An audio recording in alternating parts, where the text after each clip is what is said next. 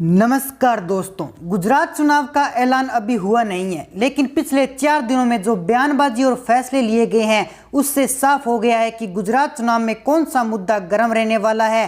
3 दिन पहले अरविंद केजरीवाल हिंदुत्व कार्ड खेलते हुए नोटों पर गणेश लक्ष्मी का तस्वीर छापने की मांग कर चुके हैं। अब गुजरात सरकार ने ऐसा फैसला लिया है। वीडियो में आगे बढ़ने के लिए कर लीजिए हमारे चैनल को सब्सक्राइब और साथ ही कर दीजिए बेल आइकन को प्रेस।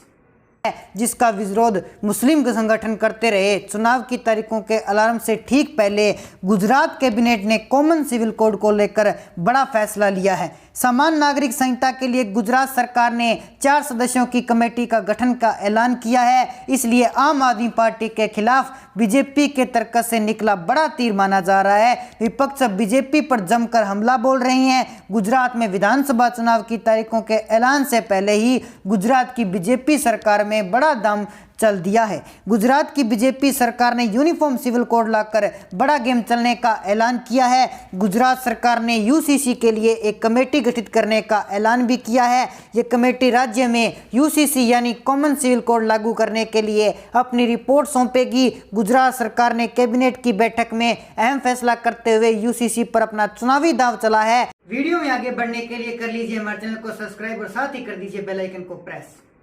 इसके तहत एक कमेटी गठित होगी। कमेटी में कम से कम 4 सदस्य होंगे और इसमें कॉमन सिविल कोड पर रिपोर्ट तैयार होगी। जबकि कांग्रेस समेत विपक्षियों ने बीजेपी के इस दांव पर पलटवार किया है। आपको बता दें कि चुनाव से ठीक पहले आम आदमी पार्टी ने नोट पर लक्ष्मी गणेश की तस्वीर लगाने की जो मांग कर हिंदुत्व कार्ड देने की कोशिश की, जिसके बाद इसे चुनाव की तारीखों के ऐलान से पहले बीजेपी की टक्कर से आखिरी बड़ा तीर माना जा रहा है। यूनिफॉर्म सिविल कोड सभी जाति धर्म के लोगों पर एक समान लागू होगा। बीजेपी शासित उत्तराखंड सरकार में भी पिछले विधानसभा चुनाव से ठीक पहले यूसीसी लेने की घोषणा की थी। अब आम आदमी पार्टी और भाजपा की गुजरात के अंदर एक कड़ी टक्कर तय की जा रही है। दोनों विपक्षी दल अपना बड़ा दांव खेल रही हैं। अब केजरीवाल भी गुजरात के अंदर अपना पंजाब वाला दांव चल रही हैं। अब देखना यह होगा कि गुजरात के अंदर है इस बार सी वोटर का चुनावी सर्वे क्या कहता है। गुजरात में होने वाले विधानसभा चुनाव की तारीखों का ऐलान अभी कुछ ही समय में हो सकता है, लेकिन गुजरात में पिछले 27 सालों से भारतीय जनता पार्टी सत्ता में है। चुनाव के समय इलेक्शन मशीन बन जाने वाली भारतीय जनता पार्टी को इस जीत के सिलसिले को बरकरार रखने की जो जी तोड़ कोशिश करती नजर आ रही है। लेकिन अगर आंकड़ों पर नजर डालें तो भारतीय जनता पार्टी के सामने इस बार बड़ी चुनौती नजर आ रही है। तो 2022 में क्या होने वाला है, भाजपा के साथ किसकी बनेगी सरकार, इसको लेकर के हर रोज नई अपडेट हम आपके सामने लाते रहेंगे। तो चैनल को सब्सक्राइब जरूर कर दें और वीडियो को शेयर कर दें और आप हमें कमेंट करके भी जरूर बताएं। आम आदमी पार्टी भारतीय जनता पार्टी के खिलाफ राज्य में हिंदुत्व का जो सहारा लेती नजर आ रही है। गुजरात में भी तक जो 2 ध्रुवीय मुकाबला देखा जा रहा था, जहां पर लड़ाई भारतीय जनता पार्टी और कांग्रेस के बीच में हर बार होती है, लेकिन आम आदमी पार्टी इस बार बड़ी चुनावी ताकत के साथ बनकर गुजरात के चुनावी मैदान में उतर चुकी है। अगर बात करें तो भारतीय जनता पार्टी 1995 से लेकर के अभी तक गुजरात में लगातार सत्ता में है।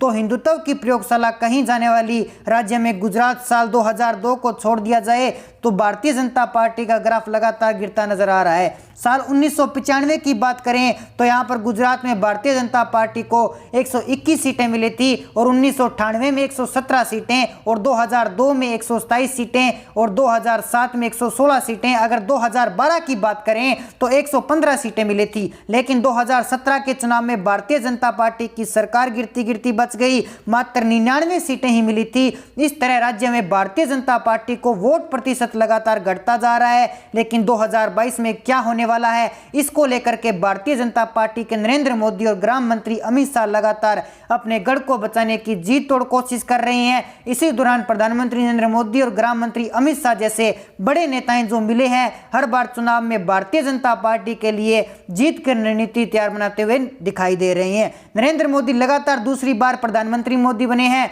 और देश के सामने राजनीति अब उनके इर्द गिर्द घूमती नजर आ रही है। भारतीय जनता पार्टी के सामने सबसे बड़ी चुनौती अब चुनाव की दरखास्त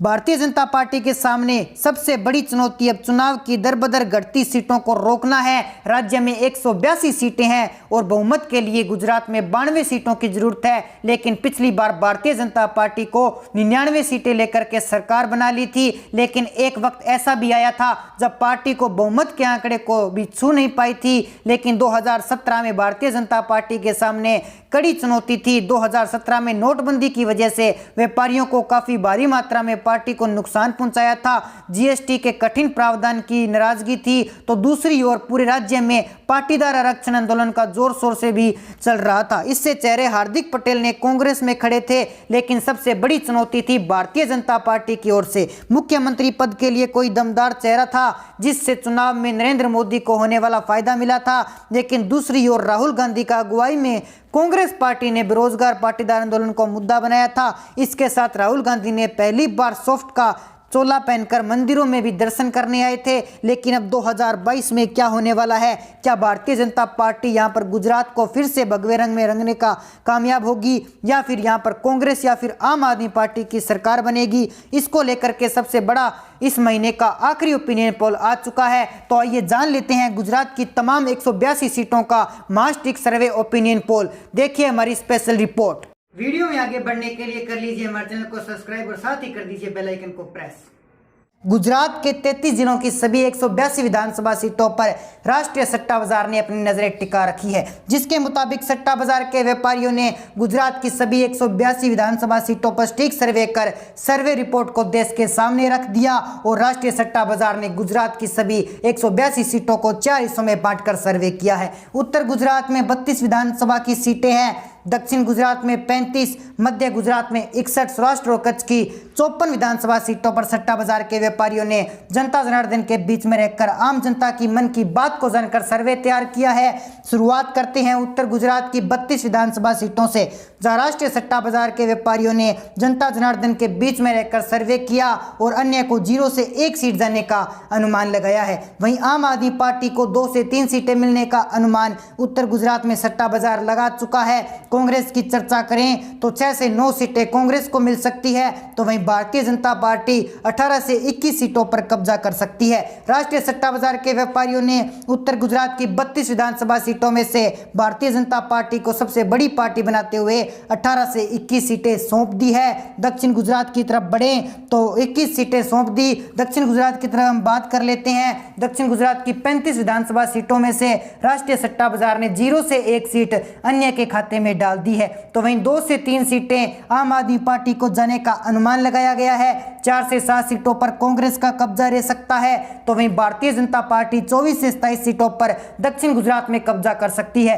राष्ट्रीय सट्टा बाजार ने दक्षिण गुजरात की 35 विधानसभा सीटों में से भारतीय जनता पार्टी को सबसे बड़ी पार्टी बनाते हुए 24 से 27 सीटें सौंप दी है। मध्य गुजरात की 61 विधानसभा सीटों की तरफ बढ़े तो राष्ट्रीय सट्टा बाजार ने मध्य गुजरात की 2 से 3 सीटें अन्य के खाते में डाल दी है, तो वहीं 4 से 7 सीटों पर आम आदमी पार्टी का कब्जा होने वाला है। अनुमान सट्टा बाजार द्वारा ये लगाए जा रहे हैं। कांग्रेस की तरफ बढ़ें तो 5 से 8 सीटों पर कांग्रेस कब्जा कर सकती है, तो वहीं मध्य गुजरात में भारतीय जनता पार्टी 40 से 43 सीटों पर कमल खिलाने में कामयाब हो सकती है। राष्ट्रीय सट्टा बाजार ने मध्य गुजरात में भारतीय जनता पार्टी को सबसे बड़ी पार्टी बताते हुए 40 से ज्यादा सीटें वो सौंप दी है। गुजरात के आखिरी और सबसे महत्वपूर्ण क्षेत्र सौराष्ट्र कच्छ की अगर हम बात करें तो सौराष्ट्र कच्छ की जो बात कर लेते हैं तो वहां की 54 विधानसभा सीटों पर एवरेज चर्चा करें तो राष्ट्रीय सट्टा बाजार ने सौराष्ट्र में 0 से 1 सीट अन्य के खाते में डालते हुए 5 से 8 सीट आम आदमी पार्टी को सौंप दी है, तो वहीं कांग्रेस को 8 से 11 सीटों पर सौराष्ट्र में कब्जा कर सकती है। सौराष्ट्र और कच्छ विधानसभा क्षेत्र में राष्ट्रीय सट्टा बाजार ने भारतीय जनता पार्टी को 34 से 37 सीटों पर कामयाबी हासिल होने का अनुमान लगाया है। सौराष्ट्र कच्छ क्षेत्र की सभी 54 विधानसभा सीटों पर राष्ट्रीय सट्टा बाजार ने भारतीय जनता पार्टी को सबसे बड़ी पार्टी बताते हुए 34 से 37 सीटें सौंप दी है। गुजरात विधानसभा चुनाव के चारों रीजन की 182 विधानसभा सीटों पर एवरेज चर्चा करें तो राष्ट्रीय सट्टा बाजार ने अन्य के खाते में 2 से 3 सीटें सौंप दी है। आम आदमी पार्टी और केजरीवाल 15 से 18 सीटों पर गुजरात विधानसभा चुनाव 2022 में कब्जा कर सकते हैं। वहीं कांग्रेस की चर्चा करें तो भारत जोड़ो जैसे फर्जी आंदोलन चलाकर कांग्रेस को 28 से 31 सीटों पर कामयाबी हासिल हो सकती है। तो वहीं पिछले 2.5 दशक से गुजरात में राज करने वाली भारतीय जनता पार्टी को मोदी जी के नेतृत्व में राष्ट्रीय सट्टा बाजार ने 127 से 130 सीटें सौंप दी है। भारतीय जनता पार्टी गुजरात विधानसभा चुनाव 2022 में 127 से 130 सीटों पर कमल खिलाने में कामयाब हो सकती है। राष्ट्रीय सट्टा बाजार ने अपनी स्टेक सर्वे के दौरान गुजरात में भारतीय जनता पार्टी की सरकार बना दी। हालांकि राष्ट्रीय सट्टा बाजार समय समय पर अपने सर्वे आंकड़े अपडेट करता रहता है, लेकिन लेटेस्ट और ताजा अपडेट के मुताबिक राष्ट्रीय सट्टा बाजार भारतीय जनता पार्टी को गुजरात में 127 से 130 सीटें सौंप रहा है। गुजरात की सीएम गद्दी पर बैठने के लिए बहुमत का आंकड़ा 92 सीटें का है, जबकि भारतीय जनता पार्टी 100 का आंकड़ा पार करती हुई साफ साफ दिखाई दे रही है। तो दोस्तों, ऐसे में आपकी जो भी राय है, गुजरात के अंदर कौन सी पार्टी इस बार सीएम गद्दी पर विराजमान होगी, कौन सी पार्टी की आपस में टक्कर होने वाली है, ये सभी जानकारी आप हमें कमेंट बॉक्स के माध्यम से जरूर बताएं। साथ ही हमारा चैनल सब्सक्राइब जरूर कर लीजिए ताकि हमारे नए नए अपडेट्स आप तक पहुंच सके। जय हिंद, जय भारत।